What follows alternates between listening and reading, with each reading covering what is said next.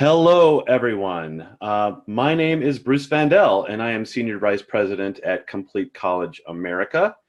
And it's my pleasure to be with all of you today for today's webinar on our Momentum Pathways framework here at Complete College America. This is a strategy that we've been working on that really is a synergy of all of our game changer strategies. And we want to describe for you today sort of how this model enables you to integrate all of CCA's game changers, but also distinguish your efforts from maybe others that are focused on pathway work across the country, and why we believe this approach is an effective strategy for increasing college completion on your college campuses.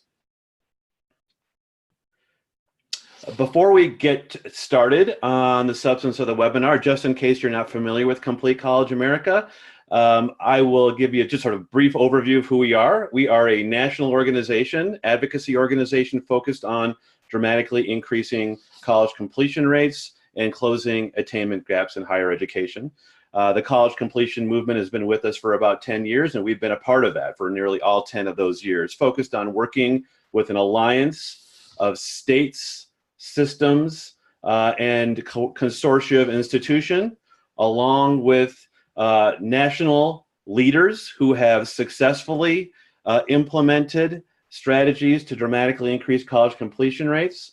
And then also we do a great deal of work with states and systems to engage their institutions in developing strategies for implementing each of what we call our game changers. And so as an alliance of 45 different members, we're able to reach far and wide across the country to provide support to state systems and institutions on implementing strategies that can dramatically increase college completion rates. And one of those strategies, of course, is our Momentum Pathways framework, which we'll be talking about today. And so our efforts really are focused on a very concrete set of strategies that we know that the field has demonstrated can dramatically increase college completion rates. As we like to say, there's a million things you can do to increase college completion, but we know that there are a handful that can dramatically increase college completion, and Complete College America focuses on those strategies. And so today we'll be talking about all of those strategies as part of a unified student success strategy for your campus. As I mentioned, the college completion movement has been with us for about 10 years, and it's been focused on, of course, a critical set of data that Complete College America has collected from each of its alliance members and others are very familiar with.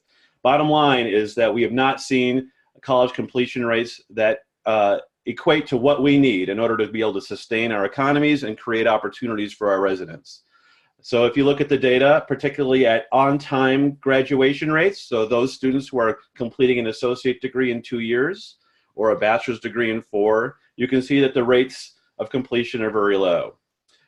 Even if you add 150% time to the equation, the numbers are not much higher than that.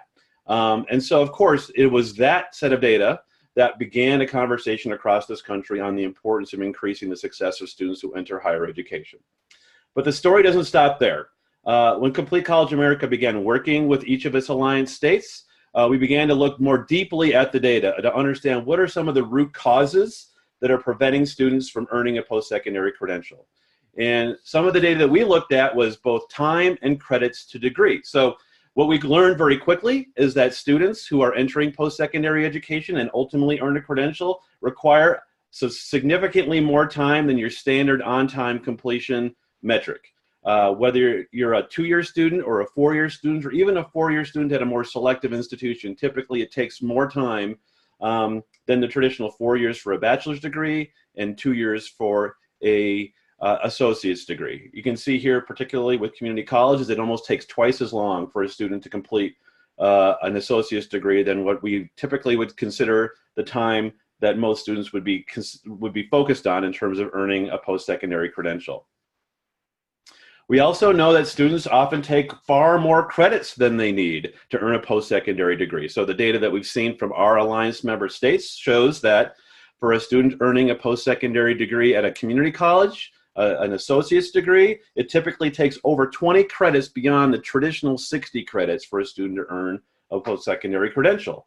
At 4-year institutions, a full semester of additional coursework is required for students, and these are the credits they complete. This doesn't include credits that are attempted or students or courses that students failed. So you can imagine that students typically are taking far too much time, completing far too many credits, and of course also completing at far too low of rates to meet our needs and to really benefit them. And when we talk about excess credits and excess time to degree, that also translates into money. So in addition to a challenge around simply whether or not students are completing, we also have to, and I know that you are focused on, the affordability of higher education. And while, of course, there's many different ways to attack the issue of affordability, Complete College America believes that finding a more efficient and effective way to get students into and through programs of study are a key way to reduce the cost of higher education. So research that we've seen from Temple University and the University of Texas at Austin shows that for every additional year that a student enrolls in higher education, they, of course, are paying more money in terms of tuition and fees, but also they're losing wages. And so there's substantial cost to students just at face value when you consider the longer it takes a student to complete, what they're losing in terms of potential revenue and the additional cost of higher education. But if you were to even take it further and consider sort of the long-term impact for students, both in terms of sort of retirement savings and the interest that's gained from those retirement savings that you see from some research that was done by NerdWallet focused on student loans, that students lose far more than simply that additional extra year of lost revenue from a job. But they're losing potential increases in their income over time and also retirement. So when we think about our strategies around college completion and closing the gap between the time and credits to degree to be much more in line with traditional completion and or meeting sort of traditional credit limits, we can see that this actually has an impact on the student's pocketbook. So Complete College America, in order to address these challenges, have, as I mentioned earlier, identified a set of game changer strategies that we've focused on. And if you're familiar with CCA, you know these strategies well. And I'm not going to go into them quite yet, other than to say that for the 10 years that we've been around, for the most part, we've been inviting state systems and institutions to implement any one of these strategies, knowing that they could have a positive impact on college completion. And in fact, we've seen tremendous progress in the field with people implementing one or more of these strategies at their institutions.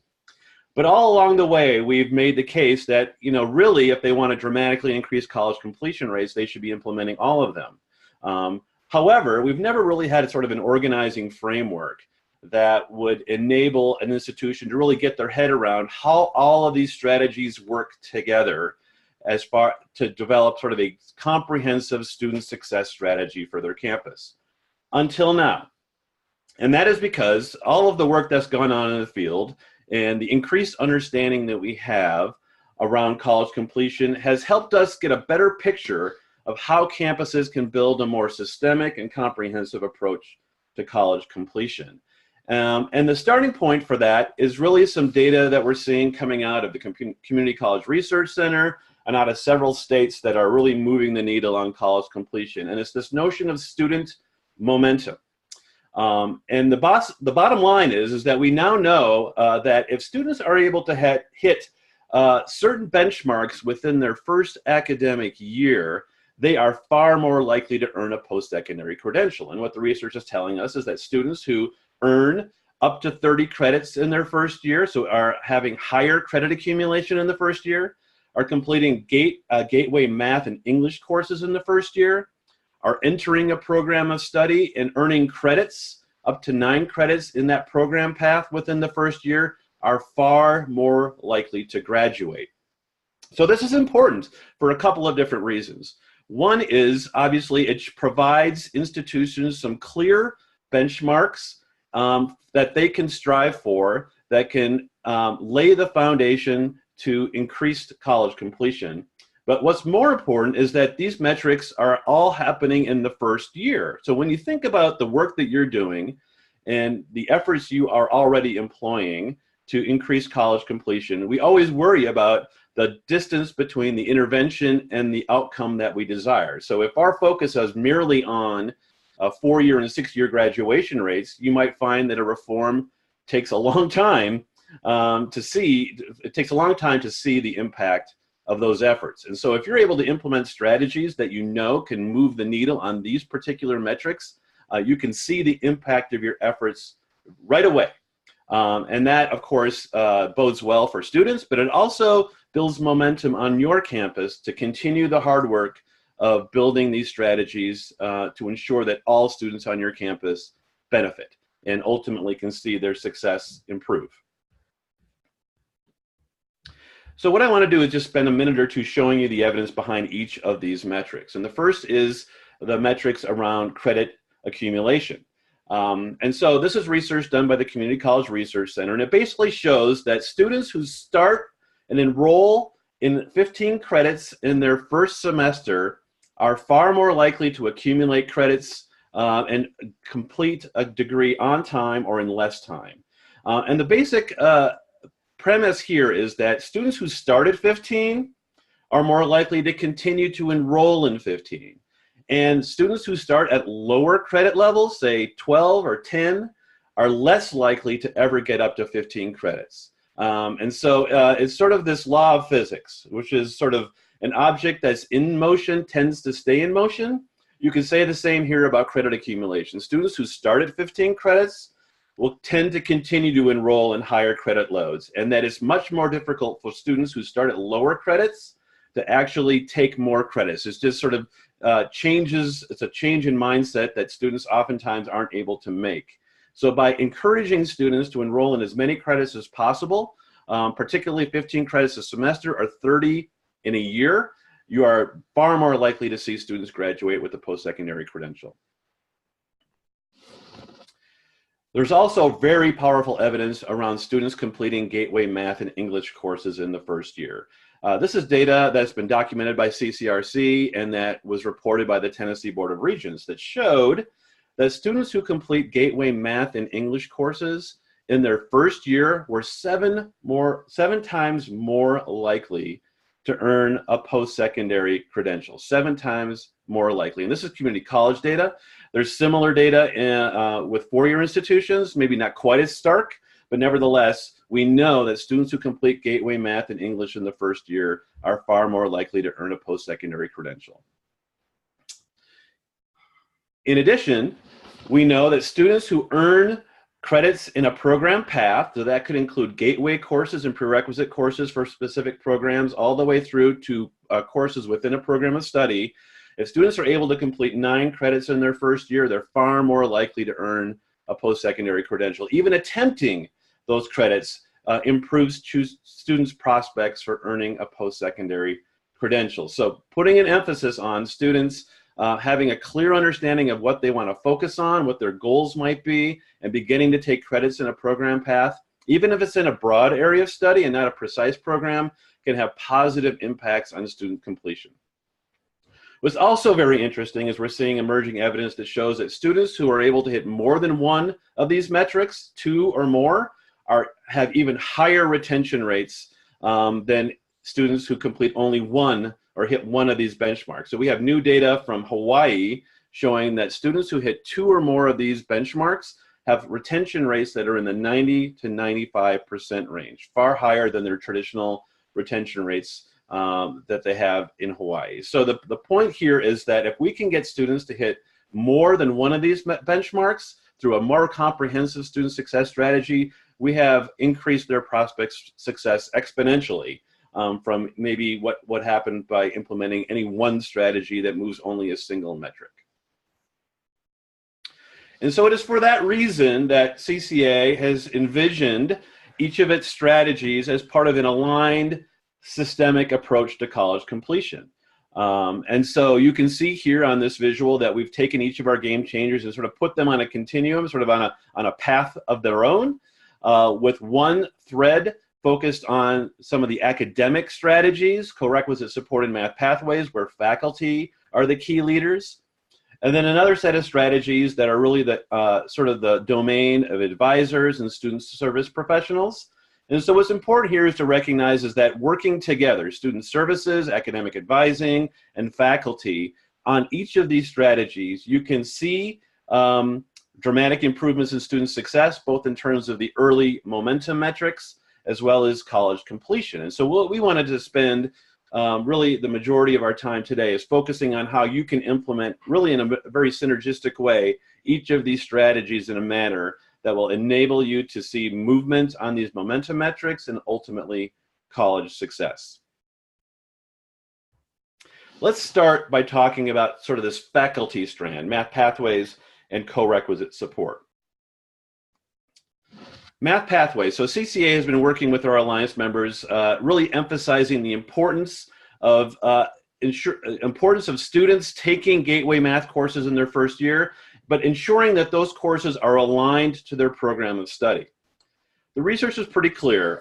Math faculty from across the country, from the Mathematics Association of America and other math associations, have really made it clear that college algebra, even though it is considered sort of the default course for mathematics on many college campuses, really should only be for students who are pursuing a program that requires calculus, higher level math courses. Unfortunately, on many campuses, what we find is that students default into college algebra, either because they just think that's the right course to take, because advisors tell them that is the quote-unquote safe option that keeps all of their doors open, or because there are programs, even though they don't require calculus, are using college algebra as their gateway math course. And so inevitably, we have many more students enrolling in college algebra than probably need to. And we know that success rates in college level math are so important to student success, and that oftentimes students are enrolled in a course. If they're enrolled in college algebra and it's not relevant to their program, you can imagine why they would not be potentially motivated in order to be successful in that course. So CCA, along with the Dana Center and other organizations across the country, have begun to emphasize the importance of math pathways, which is fundamentally to ensure that the math course that a student takes, their gateway math course, is somehow aligned with the program of study that they intend to pursue. And so this visual gives you some sense of that and shows how it might connect to a larger pathway strategy. So we'll talk a bit more about this in a moment, but for students who are not sure of the specific program that they want to enter, we might ask them to consider a broad area of study, a MetaMajor. And then we can connect that MetaMajor to the appropriate gateway course. And so students who, say, for example, are interested in the social sciences, even though if they don't know what specific course or program that they want to consider in that broad area, we can say that if you are interested in the social sciences, the gateway math course you might consider is statistics. For those who are interested in engineering, of course, we talk about college algebra or a calculus sequence. And then for others, you might find that quantitative reasoning is the more appropriate option. And here's what's really important about this, is that we're seeing more data than ever that shows that students, not only if they complete their gateway math course in the first year, obviously are more successful, is that by completing any gateway math course, you are still keeping students' options fully open. So instead of telling students take college algebra because it keeps all of your options open, you could tell them, frankly, that they can take any gateway math course. Making that initial choice of a math course does not sort of destine them to a particular pathway. It enables them to make an informed choice of a pathway.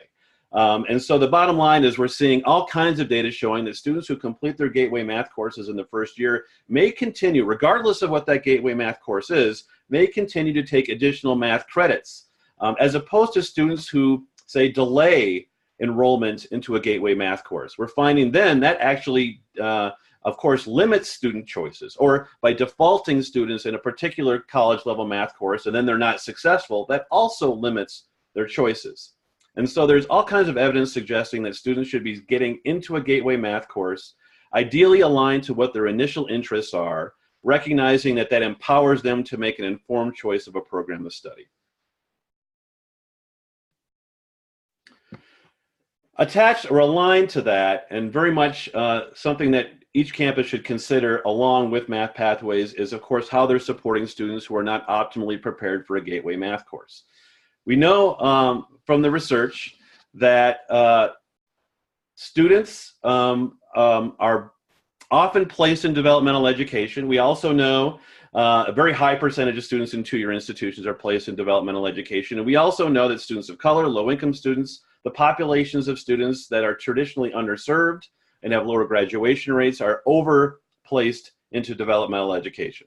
And so if traditional developmental education was going to be truly successful as a bridge or a step into a program of study, we would expect students who are placed into developmental education to complete college level math and English courses at or ahead of the rate of maybe students who are placed directly into those courses in order to really see them be successful. But unfortunately, that is not the case.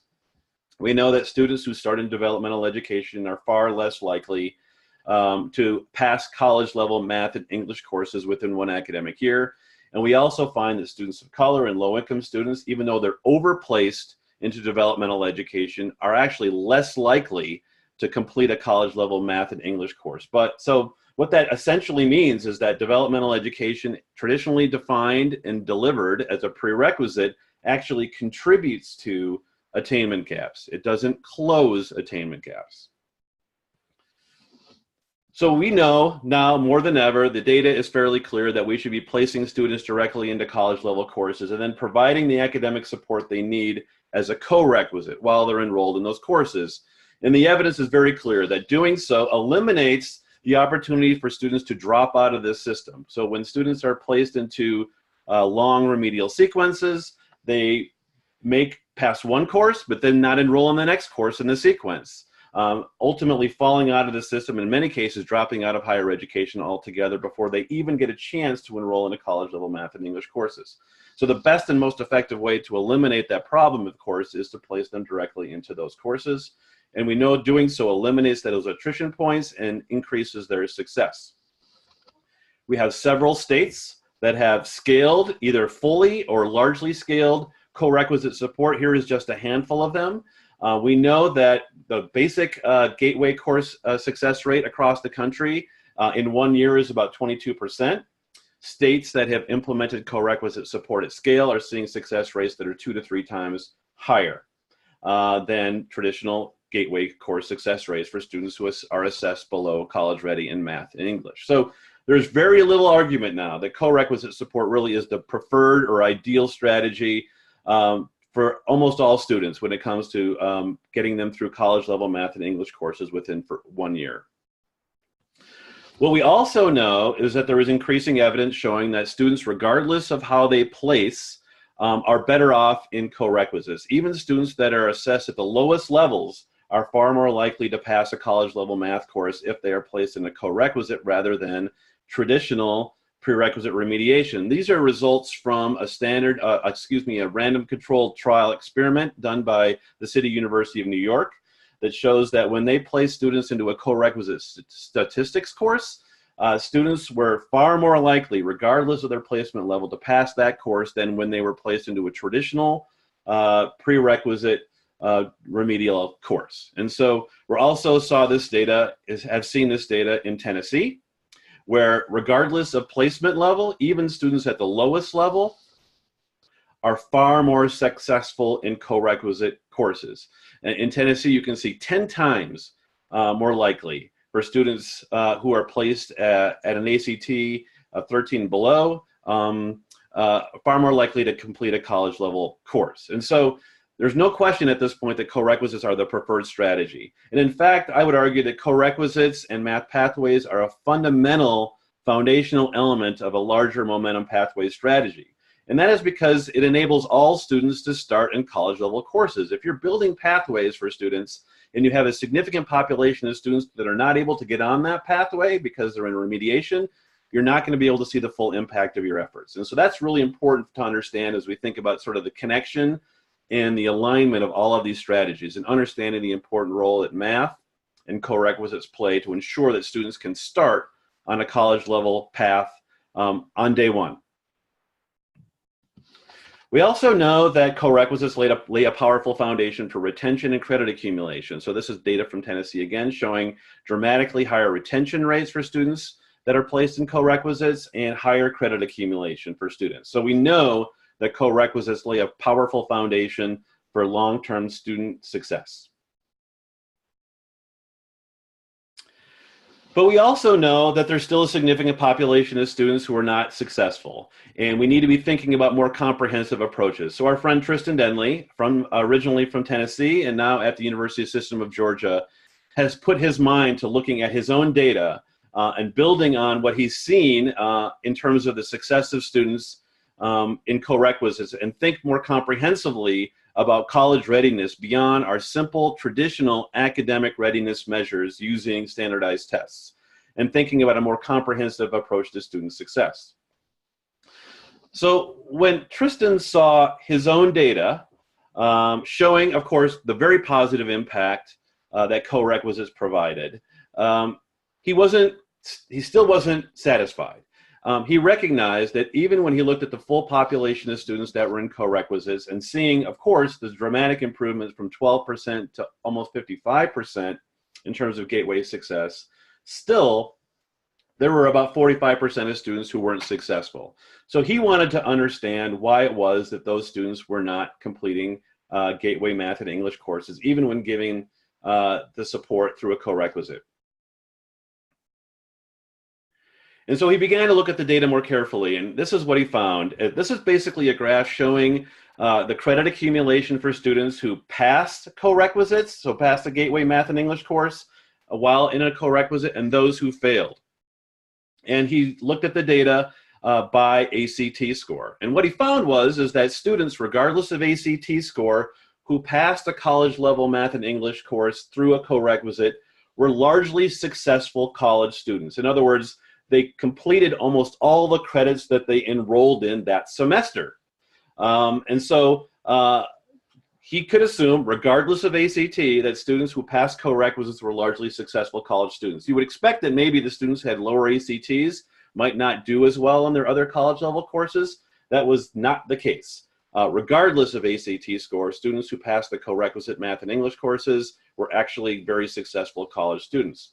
But he also saw the converse, which is students who failed their college level math and English courses after being enrolled in a co-requisite, regardless of ACT score, were largely unsuccessful college students, meaning that they failed most, if not all, of their courses that semester. So what that told him was that the traditional measures of academic readiness using an ACT or an Accuplacer were not accurately capturing whether or not students were quote unquote ready for college, and that he needed a broader set of assessments and a broader framework to understand how it was that students were going to be successful than simply looking at whether or not they did well on an ACT score.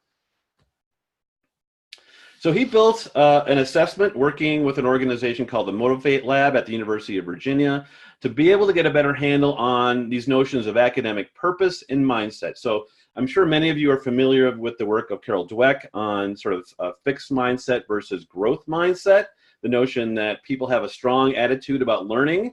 Those who have a strong attitude about learning with a growth mindset are far more likely to be successful than those who have a fixed mindset. So he wanted to get a better handle on that, but look more broadly at a broader set of sort of variables and characteristics to understand what was going on with students who were not completing gateway math and English courses, even though they got additional support as a co-requisite. And what he found was, not surprisingly, that students who had a clear sense of why they were at college, what their purpose was, understood the relevance of the courses they were taking, and then had a strong academic mindset were far more likely to be successful in not only in their co-requisites, but also far more likely to be successful overall in higher education. And so he began to expand his notion of what it meant to be ready for college and what it meant for students to be successful in college beyond simply academic readiness. And that is where we began to understand the importance of these other game changer strategies that we're going to walk through here in a moment. So the bottom line is we found that students who had a clear sense of purpose when they enrolled in higher education, so maybe spent some time looking at career options and thought deeply about what path they might want to take, were far more likely to be successful. That's very much aligned to some strategies we call MetaMajors and Purpose First that we'll talk about in a moment. Relevance of coursework was very important. So as we think about math pathways, as well as building academic maps, semester by semester plans for students that students can understand, and the connection between their program path and the courses that they take also have a positive impact on student success, as well as how we engage students, keeping them engaged socially and academically by advising them proactively to ensure that they stay on a path to graduation can have a powerful impact on academic mindset. So seeing and building on sort of our notions of academic readiness to a more comprehensive vision of college readiness is really what sort of is the connecting DNA for a more comprehensive student success approach that we call momentum pathways. So we know from the evidence and sort of from research done by CCRC and others that so often on college campuses, we do not provide students a clear path from entrance to completion of a post-secondary credential. We sort of leave it up to the student to figure it out for themselves. We don't provide them the guidance that they need or the resources they need to understand how to follow a clear path to graduation. And so that is why we need to focus on a set of new strategies or some more comprehensive strategies for students that are really focused on that academic advising thread that I showed you earlier and that we're going to focus on now. So the first is this idea of encouraging students to consider enrollment in 15 credits a semester or 30 credits in a year. We term it 15 to finish. And this, of course, is based on an initiative that was created at the University of Hawaii, where they recognized that many students were not enrolling in 15 credits, and they also knew that students who did so were far more successful in their post-secondary program. We know that on many campuses, of course, we talk about full-time enrollment being 12 credits, but in fact, as we all know, 12 credits a semester will not get you out of, have you complete a post-secondary credential in 4 years at a bachelor's degree institution or 2 years at a community college. And so we need to be able to communicate to students very clearly that if you really want to graduate on time, you need to take 30 credits in a year or 15 credits in a semester.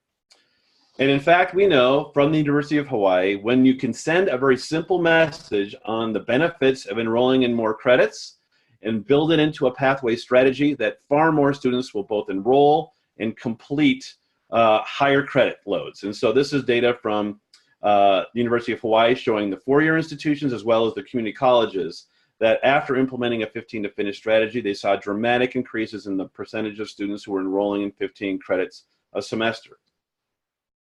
But what's more powerful is what that means in terms of student success. And this is community college data. I could show you the same data for four-year institutions. That the bottom line is that students who took 15 credits, regardless of their preparation level, so remember that theme, consistent with the co-requisite data, that even students who were assessed at the lowest levels benefited from enrolling in 15 credits. In fact, you could argue that they benefited the most. So this is data showing that at community colleges, students who completed or enrolled in and then completed 15 credits were far more likely to be retained than students who took lower credit loads. And so clearly, this is once again is a strategy that can benefit all students. Now we know that, we're not saying with 15 to finish that we need to have all students take 15 credits. We know that there's many ways that students can earn 30 credits in a year, maybe taking advantage of summer terms or other strategies. But the bottom line is that we want to send a positive and clear message to students that higher credit enrollments are going to have positive impacts both in terms of their prospects for success, but also on their pocketbook. So as many of you know, we've built a set of materials that our institutions in our alliance can take advantage of to send a message and communicate to students the power of 15 credits. Some of you may have seen these posters and other resources. You can grab them online. We actually have a video that you can utilize that sort of sends the message to students about the power of 15. Of course, we would want to incorporate this into your advising infrastructure. So when you're orientating students or you're bringing them on campus, how is it that advisors can at least inform students the benefits of taking more credits, whether that's 15 or some other sort of combination that will get them to 30 credits within a year. Doing so will dramatically increase their prospects for success. Let's talk about this idea of a momentum year, which is really at the heart of it an onboarding system for students when they enroll at your institution. What are you doing when they walk on campus or even initially apply to your institution? to get them thinking about what their goals are, what their purpose is, to get them making some initial choices, and even if they don't know a precise program, having them make an informed choice of, say, a broad area of study, a MetaMajor, doing what we can to communicate to them the importance of enrolling in more credits, ensuring that they enter a program by the end of their first year and taking some credits on that program path within that first year, including prerequisite courses or gateway courses that can then lead students into and through a program of study in a meaningful way. This is really at the heart of what we're talking about when it comes to hitting those critical momentum metrics that we referenced at the beginning of the webinar. If you're creating a more comprehensive set of interventions, onboarding processes for students that are focused on hitting those key metrics, utilizing the game changer strategies, you can see dramatic improvements in student success. So what does that look like? The first is to think about what we call purpose first. CCA has been fortunate enough to work with Strata on a project working with states and institutions on how they can engage students early on in the process of making a choice of a program by considering career information, career exploration, workforce information that helps students understand really what they're there to achieve. Even if they don't have a precise sense of a program, at least having some direction that will guide their decisions moving forward. And so we've worked with several states on strategies that are focused on incorporating that, and that's included in a new report that we just issued, along with several other student services organizations that are focused on how to build in purpose into the initial onboarding process for students. So we encourage you to take a look at that. It's really focused on how to incorporate career exploration, workforce information, and other types of tools that help students make an informed choice of a program within their first academic year. Another key element of the momentum year is MetaMajors. So as I mentioned, we know that not all students are absolutely clear about what program they want to enter upon entry. And so we also know that the high number of programs that students have to choose from often are paralyzing. Basic research in social behavioral economics has shown us that students have too many choices. They are often taking and making a bad choice or no choice at all. So if we can manage those choices by ensuring that maybe we group the programs into 7 or 8 buckets, that students can make an initial choice, take some courses that will help them make a final choice that are aligned to each of the programs within that MetaMajor, students are far more likely to make an informed choice, and a choice that's going to be ultimately resulting in them entering a program of study in that first year. And so put all together, you might see something like this in terms of a process for your onboarding. As you bring students on campus, initially engaging them in a set of exercises that will help them determine their purpose by using workforce information or other tools, asking students to at least choose a MetaMajor upon entry, and then, of course, getting them enrolled in 15 credits, ensuring that they're enrolling in Gateway Math and English in the first year, and beginning to take courses within that MetaMajor, providing support to students if they need it as a co-requisite in Math and English, with the goal of them entering a program of study by the end of the first year. So the research is pretty clear that students who make that final decision of a program by the end of the first year, not waiting until the second year, or not actually committing too soon even, are far more likely to earn a post-secondary credential. So really looking at the end of the first year as that critical point where students are choosing a program, and designing an onboarding system that results in that outcome is critical.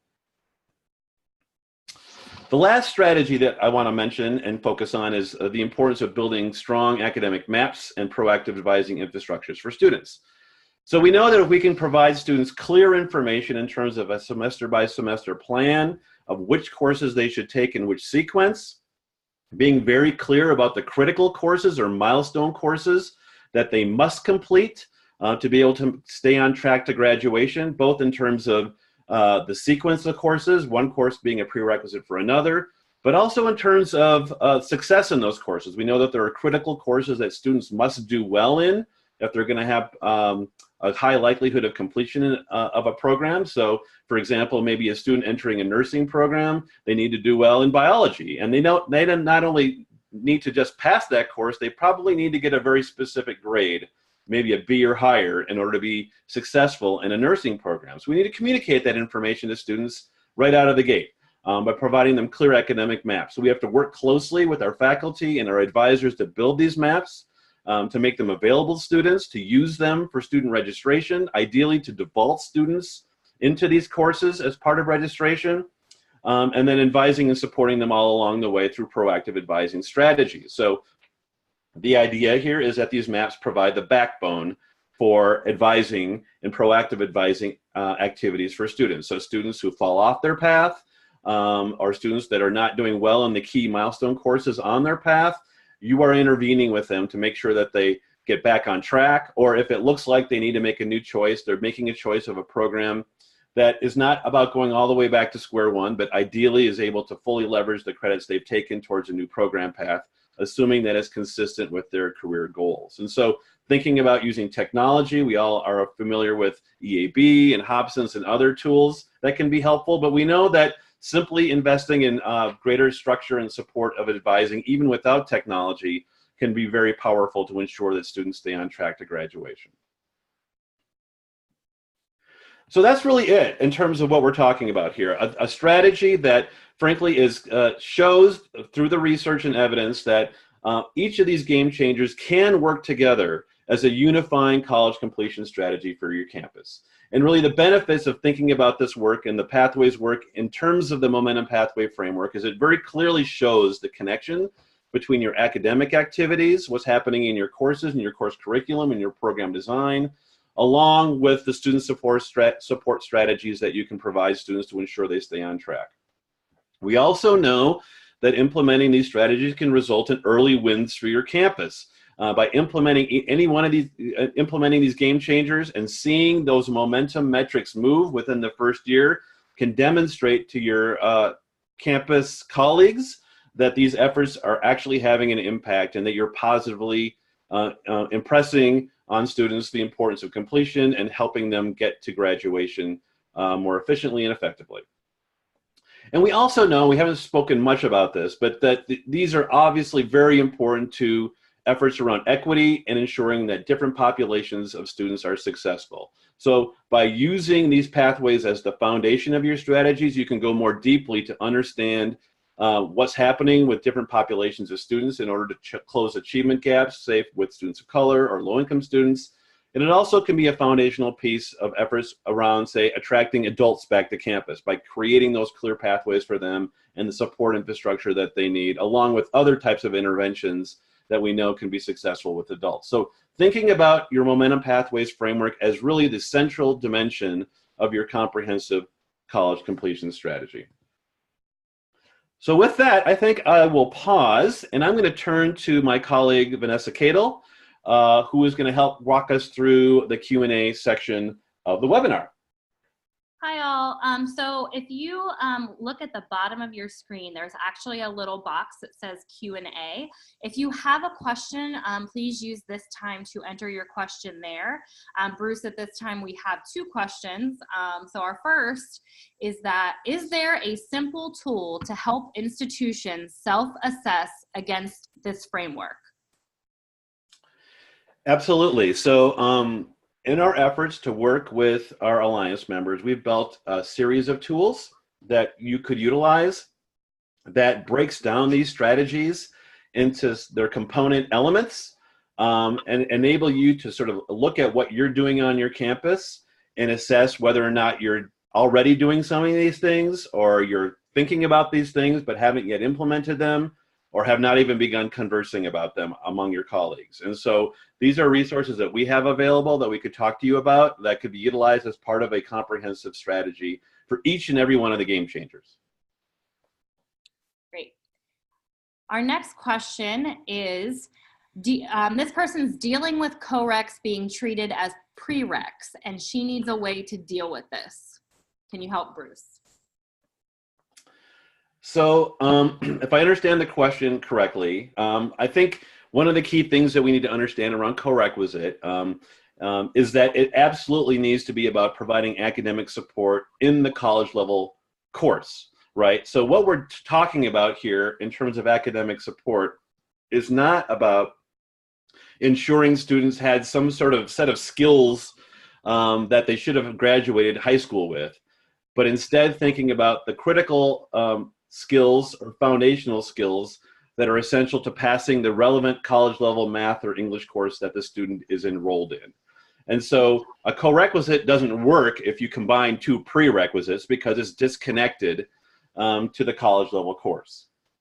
So the argument you need to be making is that first and foremost, there's plenty of evidence now, both in terms of just placing students into college level courses and providing that support. You eliminate one of the main reasons students aren't successful, which is they drop out before they ever even get to a college level course.